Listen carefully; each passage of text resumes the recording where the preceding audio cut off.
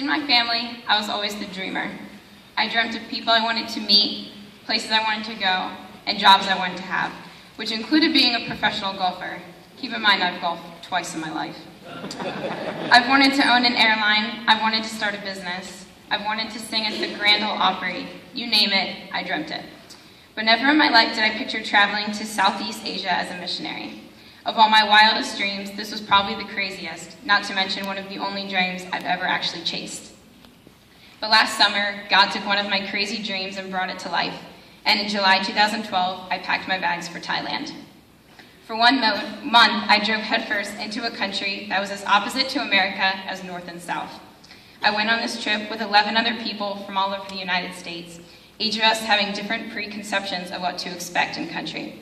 However, to say the least, my ideas were completely shattered. I spent my summer completely submerged in lots of brokenness.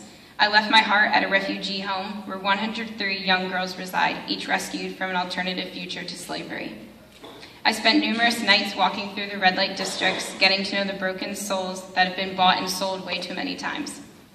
I met high school and college-age students and built relationships with them through teaching the English language. My trip to Thailand last summer completely obliterated my then outlook on life, and the word faith has a whole new meaning to me now. I was surrounded by the most beautiful people I've ever met, and some of those people helped me learn some of life's perhaps most heart-wrenching, but definitely most rewarding life lessons. Each of the 103 girls at the Home of Blessing taught me that pure joy doesn't come from the material things of this world, but through my love for God and His creations. Those girls taught me that at the end of the day, it's the little things, in my case, those little girls, that your heart beats for, and it's those things that your heart will hang on to for the rest of your life. 2 young women I befriended in the red light districts of Chiang Mai taught me that we're all the same kind of broken.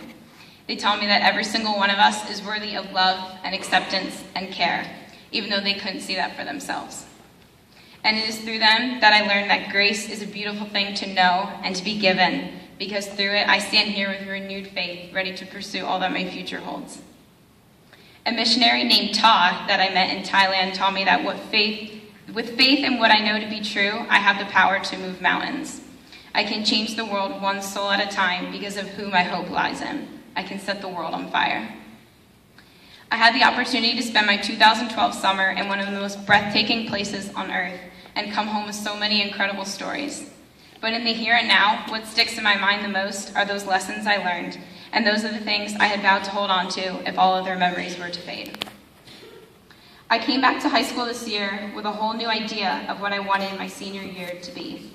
However, my senior year did experience some clouds of grief, as I experienced the death of not only a sick family member, but also a close childhood friend, both occurring within a month of each other. But by the grace of God, I managed to get through it, and this year ended up being a very remarkable one.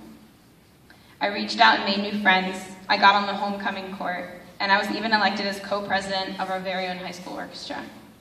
I worked hard on my music and decided to start pursuing my dreams wholeheartedly. I did indeed work harder on my grades, even though if you were to ask Mr. Kaufman, he would probably start laughing.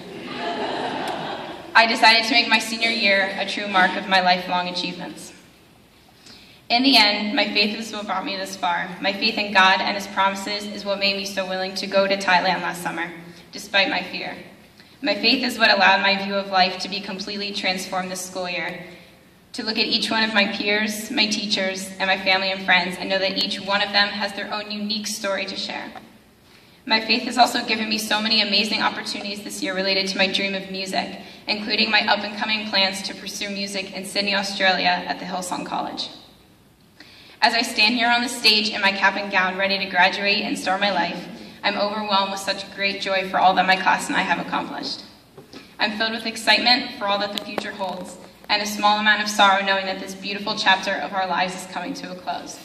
However, I know that grace carried me to this point, and it is grace that will continue to carry me the rest of my life. To my class, I truly wish each of you the best of luck in all you do. My prayer is that you decide to leave your mark when you are done here. Leave a legacy. Make the most of every moment, because each breath you breathe is a gift and nothing short of that. One last thought I leave with you today is a verse that I believe can speak volumes to our generation. A verse that is very close to my heart because it calls out to us, this living, breathing body of people that have the power to set the world on fire.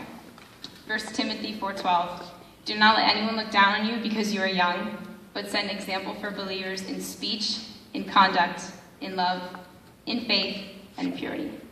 Thank you.